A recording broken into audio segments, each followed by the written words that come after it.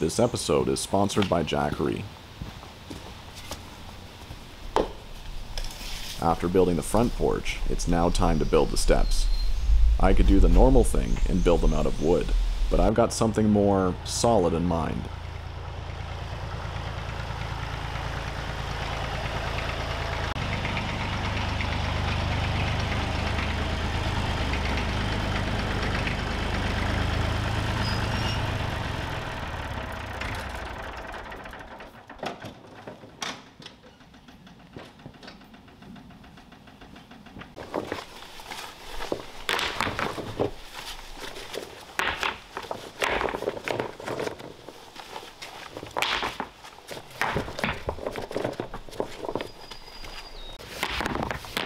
The plan, after filling these footings with fieldstone, is to find a couple boulders as big as the tractor can handle, haul them to the cabin, and cut steps into them.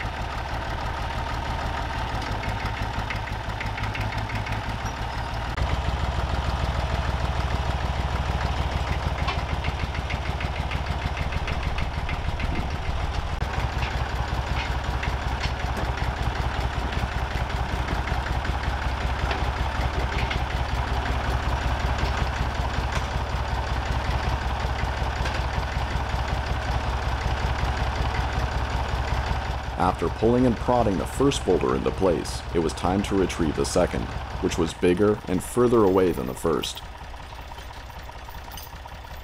I could only hope that the old Massey would be able to handle the 1-ton brute.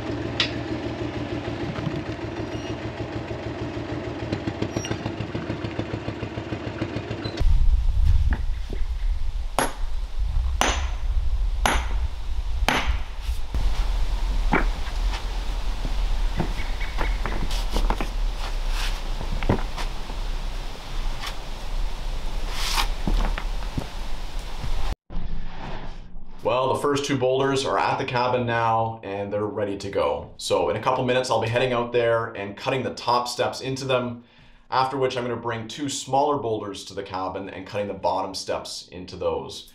But as always, it was an adventure getting them here. Well, the first boulder was fairly easy, but the second boulder was quite difficult. It weighs over 1 ton, and I hauled it from over a kilometer away through a particularly muddy stretch of forest. So in total, I got stuck 3 times with it. And the thing about a 1-ton boulder is when it gets stuck in the mud, it gets really, really stuck. It just suctions down in. But after some rechaining and repositioning of the tractor, I was able to haul it here. So that's the good news. By the time I arrived, I was completely caked in mud from head to toe. So I just popped in a couple minutes ago to change, and thank goodness I had a change of clothes here. So I've got my black work pants on and my Cabela's hoodie, and I'm ready to go. Now in a couple minutes I'll be covered in rock dust, but at least I won't be covered in mud anymore. Anyway, I wanted to show you my new power station. Though this is small, it can run the entire cabin. So all of the lighting, the water pump, the refrigerator, and also the vacuum cleaner, which I just used a couple minutes ago. Which leads me to today's sponsor. I'd like to thank Jackery for sending me this Explorer 1000 Plus. With a capacity over 1200 watt hours and an output of 2000 watts, the 1000 Plus boasts one of the highest outputs among similar level products. It also charges fast. For example, it can reach full charge in 1.7 hours by plugging it into a standard wall outlet. As you can see, it can power just about any device. 12-volt DC outlet, household AC outlets, USB-A and USB-C are all supported here. In addition to being powerful, it's also portable. I've been using Jackery for years now, and I've taken it everywhere. Camping trips, off-road adventures, and home emergencies. Compared to other products, it offers the advantage of up to 5 kilowatts expandable capacity for outdoor and emergency use. The 1000 Plus can also be controlled with your phone by using the Jackery app. There are several ways that you can charge the power station, including with the Jackery SolarSaga panels. These monocrystalline panels are 100 watts apiece, portable, waterproof, and has a high solar conversion efficiency of 24.3%. Plus, they can be set up in under a minute. If you're interested in learning more about Jackery and getting a good deal on their products, you can check out the link and promo in the description below.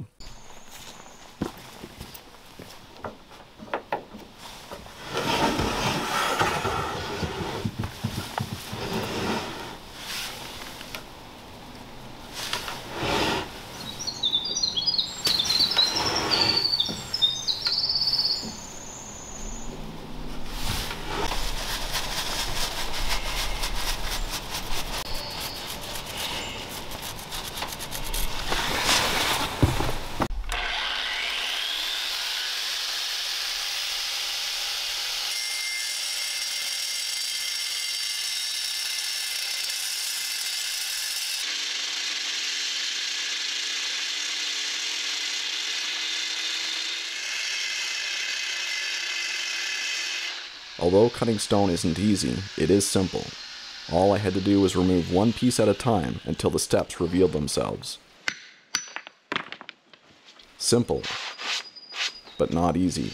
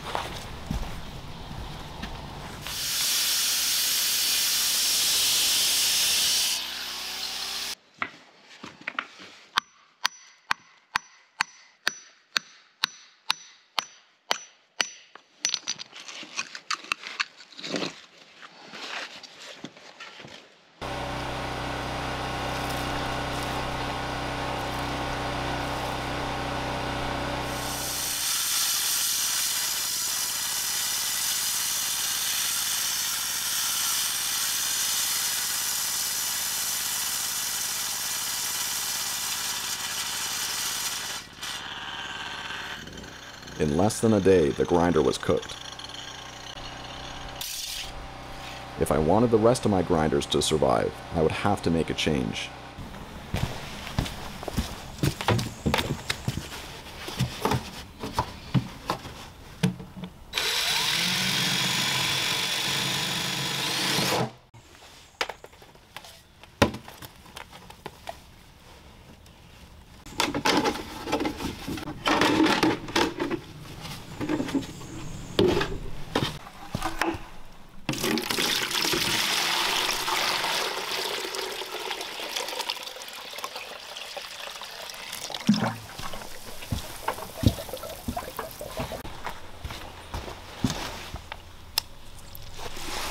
I could only hope that this makeshift cooling system would be enough to keep the rest of my grinders going, at least long enough to finish the steps.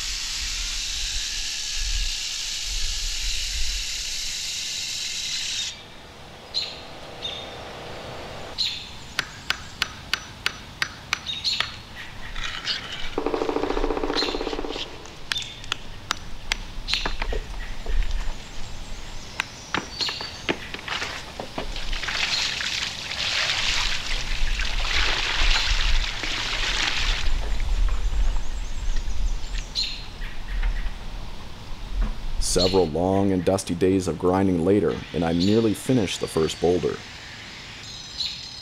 The good news is that it was big enough to support all 4 steps, so I wouldn't be needing a second boulder on this side after all. After roughly cutting each step with the diamond blade, I finished them off with a diamond cup grinder to make sure that they were smooth and level.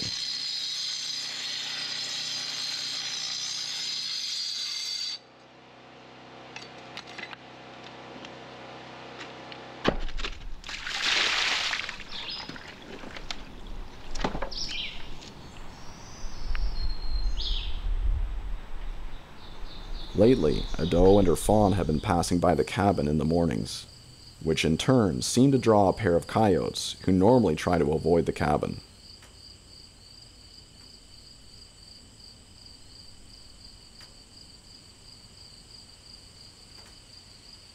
The next day, I began work on the second boulder, this time with a much larger grinder, with built-in water line and cut depth of 5 inches, twice that of my other grinders.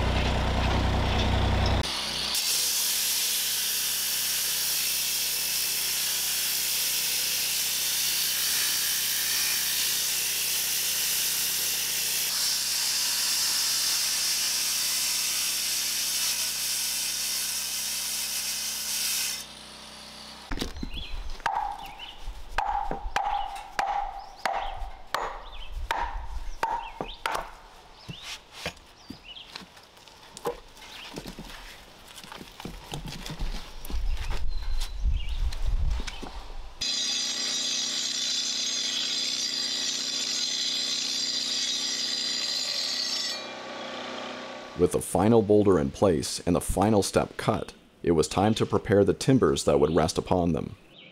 My main challenge in placing the timbers was not to cover up the beautiful grain within the boulders. However, I had a plan.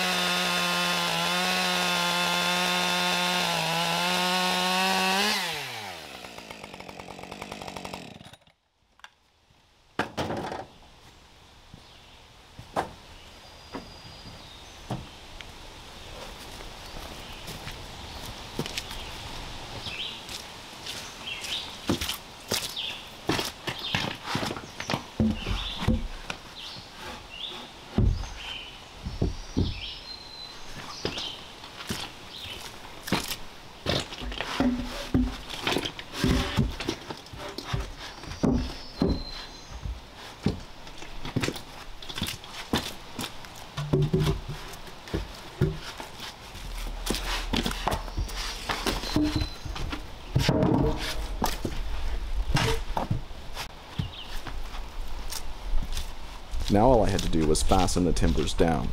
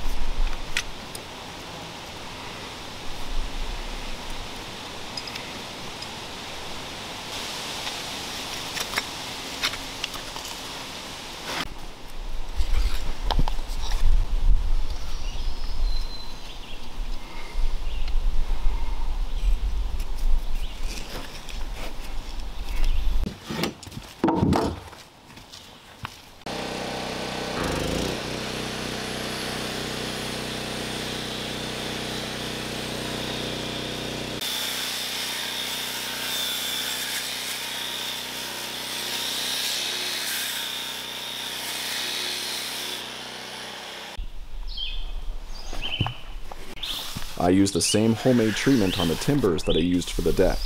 2 parts mineral spirits, 1 part boiled linseed oil, and some canning wax, melted and mixed together.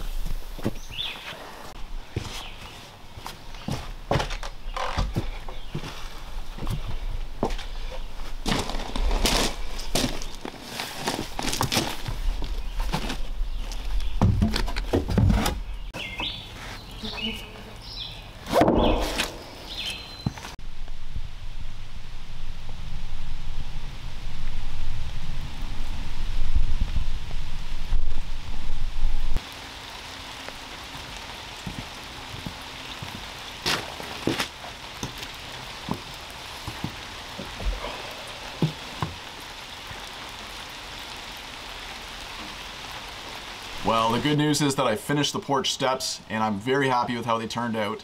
The bad news is that I ended up busting my finger at the very end. I had finished doing all of my shots and I was packing up, and on my way out I decided to look at the top step one more time just to make sure that it was sitting perfectly, which it was. But I picked up that end and I was looking underneath of it. The step dropped down a little bit too quick for me to react to, and it squished my finger between the piece of timber and the boulder.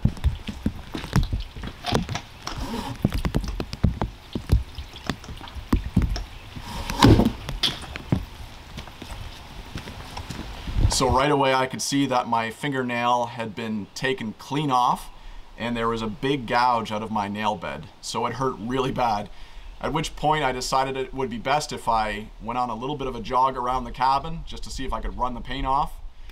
And when I returned, I looked for my fingernail underneath the step, which I did eventually find. Then I bandaged my finger up and went home. My nail bed bled really bad for 2 days. And I think it's the 3rd or 4th day now since it's happened, and it's still bleeding a little bit, but it's gonna be okay. I'm just glad that I didn't break my finger, or worse. So I'm going to talk a bit about the tools and the blades that I use to cut into this stone. But first of all, the rise and run of these stairs is 7 inches of rise and with a 10-inch run. But anyway, let's head over and look at the grinders, and I'll talk a bit about how I cut into this rock. First of all, I've got my 14-inch grinder, which is a beast of a grinder. It's very heavy duty, and I had to be very careful that it didn't get away from me, especially because the blade spins counterclockwise. So if the blade were to bind, it'll jump back towards you, which it did on me a couple of times. But I always made sure to hold it properly and to stand in such a way that if and when it did jump back, I was able to catch it. Now this one is what I used when I couldn't cut any deeper with this one. So I only did vertical cuts with this, and I'll show you as an example. Say I'm cutting down the rock like this from I just completed this step and I'm wanting to cut down to the next one. So I'm cutting down, and I can cut all the way down to 5 inches, and then the hub on this side will catch and it won't go any deeper. And there's no way that I can go deeper than that. So at that point I would switch out to my Makita grinder, and this has an offset hub on the blade, so it's a flush cut blade, has nothing on this side. So that means that at the 5-inch mark I could knock out the rock, and I could slide this one down the front face and go much deeper, actually as deep as I wanted. I'd go down about 2.5 inches before I ran into the hub on this side, and I've knocked the stone out, and then I could keep going down again. So with this flush cut blade, I could keep going down the rock indefinitely. I'd also use this to cut the tops of the rocks off, as you saw, because I could just rest the blade on the top of the rock and cut through and knock pieces out as I went. So this flush cut blade was fantastic. I really did love using it. The downside of this is that the flush cut blades, I can't use a guard on them because the guard would get in the way. So I had to be careful with this one, especially where I was positioning my hands. I could never hold the tool like this because my hand would be much too close to the blade and there would be no guard to stop it from hitting my fingers. So I always had to make sure that I was paying close attention to the placement of my hands. Now once I'd cut down far enough on a step and I wanted to finish it off, I would take off the flush cut diamond blade on this one, and I would use the diamond cup grinder. So I would use the grinder to smooth out the rough bits and make sure the step was level and obviously smooth. So that did a great job as well. I went through a few of these, but they really helped bring out the grain of the stone and to smooth everything over. Finally, I've got my 4.5-inch grinder, and on the final day this fell apart in my hands because the bolts shook loose and the housing just came apart on me. But I used this to do detail work, but I didn't use this very much. I'm gonna have to get a new one though, because since the housing has fallen apart and I've lost all the grease, it's starting to make some not so good noises. But anyway, did a pretty good job. Now in total I broke 4 grinders making these stairs. So on day 1 I cooked the rigid grinder that I had. On day 2 I cooked the second rigid grinder that I had. And at that point I decided it was best to have a water system. So I rigged up that makeshift water jug with a tube, and I was able to keep my third rigid grinder going for 3 days before it finally cooked on me. At that point I realized I needed something heavier. So I went out and got myself this Makita. Now I can't really bash the rigids because first of all, they were all 7-inch grinders using 9-inch diamond blades. So they were already punching above their weight class. And the first 2 of them were running without any water. So that's hard on any power tool. And I was pushing them quite hard. So I'm not surprised that they burnt themselves out. Anyway, this Makita is a 9-inch grinder, and it's rated obviously to use a 9-inch blade. And it's done a fantastic job. I'm really happy with this one. So yeah, that's pretty much it. I'm happy again with how the stones turned out. I've never seen anyone build a staircase exactly like this before, where they take round boulders and they cut the stairs into them and lay the timbers on top. I have seen staircases where they'll take flat stone, big flat boulders, and lay them down as steps going up a hillside or up to a house or whatever, and they might have round boulders on the edges. But I've never seen a staircase exactly like this with the round boulders and the steps cut into them. Not to say that it hasn't been done, but I just haven't seen it done before. And so I'm just happy that it worked, because it was tough going. Anyway, it's done, and I'm thankful for that. So thank you so much for watching. I really do appreciate it. Until next time, my friends, stay safe be well, and God bless.